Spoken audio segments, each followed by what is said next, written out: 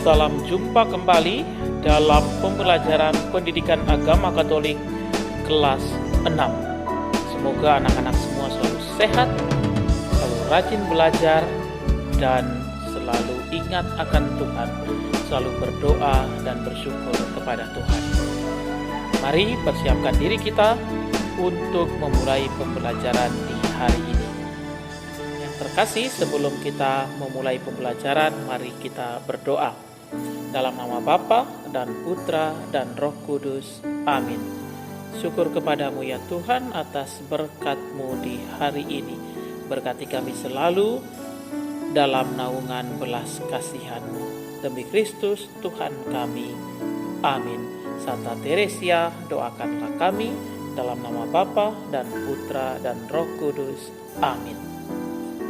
Anak-anak yang terkasih, hari ini kita akan membahas tema besar pribadi peserta didik dan lingkungannya dengan subtema hak dan kewajiban sebagai warga negara. Jadi hak kita, kewajiban kita sebagai warga negara harus berjalan secara seimbang. Mari siapkan diri kita untuk memulai pembelajaran. Anak yang terkasih, sebelum masuk lebih jauh tentang hak dan kewajiban kita perlu mengetahui hakikat kita sebagai manusia yang adalah makhluk sosial, yaitu makhluk yang selalu membutuhkan orang lain, tidak bisa hidup sendiri. Ya, karena dia membutuhkan orang lain, maka dia dapat berkembang karena selalu berada dan berhubungan dengan orang lain. Jadi makhluk sosial ialah makhluk yang membutuhkan orang lain agar dia dapat berkembang sesuai dengan citra Allah. Anak-anak yang terkasih, salah satu lingkungan yang turut serta berperan dalam perkembangan setiap pribadi kita ialah negara. Dalam hal ini, Negara Kesatuan Republik Indonesia, NKRI. Kenapa? Karena negara itu ada atas kehendak Allah. NKRI ada juga atas kehendak Allah. Dan ingat, kita yang hidup dalam NKRI ini juga atas kehendak Allah. Maka kita turut serta mempunyai kewajiban untuk menjaga negara yang kita diami. Negara Kesatuan Republik Indonesia didirikan ada dengan maksud atau tujuan yang baik, tujuan yang mulia. Untuk apa? Untuk melindungi segenap bangsa Indonesia dan tumpah darah Indonesia, memajukan kesejahteraan umum, mencerdaskan kehidupan bangsa, dan lain sebagainya. Kalian bisa baca di slide yang ada di samping. Inilah tujuan mulia dari didirikannya negara Indonesia. Karena tujuan mulia didirikan bangsa Indonesia dapat terlaksana jika semua warga negara dapat berpartisipasi aktif, artinya turut serta dalam pembangunan. Ya, salah satunya melaksanakan kewajiban dengan tulus hati. Contohnya menaati peraturan yang berlaku, ya, ikut tata lalu lintas, ikuti tata tertib lalu lintas, ikut membela negara, menjunjung tinggi hukum dan pemerintahan. Nanti pada slide berikut kita melihat bagaimana Yesus sendiri memberikan contoh tentang kewajiban dia sebagai warga negara.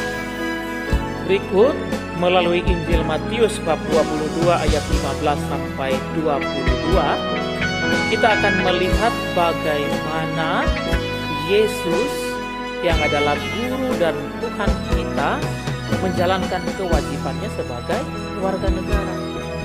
Jadi Yesus mau menunjukkan ini loh warga negara yang baik, memberikan kepada kaisar apa yang menjadi hak kaisar dan memberikan kepada Allah apa yang menjadi hak Allah.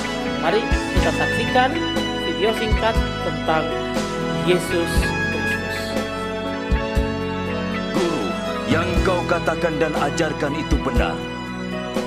Engkau tidak memandang muka, tapi engkau mengajar kebenaran tentang jalan Allah. Katakan, apakah boleh kami membayar pajak kepada Kaisar Rom atau tidak? Hati-hati junjungan, dia menjebak. perlihatkan uang logam.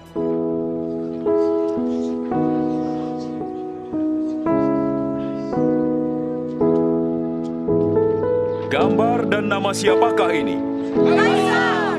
Maka berikan pada Kaisar yang menjadi hak Kaisar, dan kepada Allah yang menjadi hak Allah. Apa jawabmu? Apa arti dari ungkapan Yesus, berikanlah kepada Kaisar apa yang menjadi hak Kaisar? Artinya bahwa Yesus menginginkan kita untuk taat,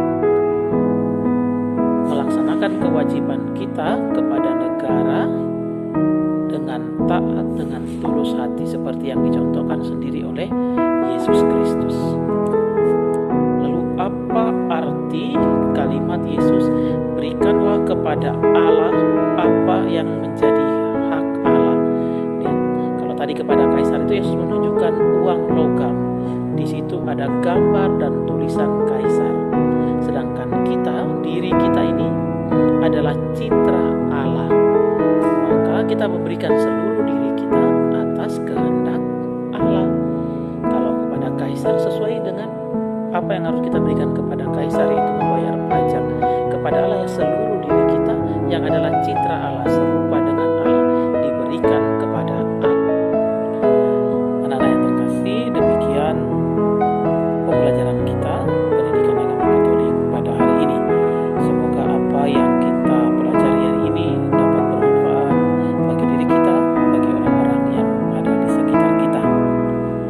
Terima kasih, sampai jumpa pada pertemuan yang akan datang. Selalu sehat, jaga kesehatan, rajin belajar.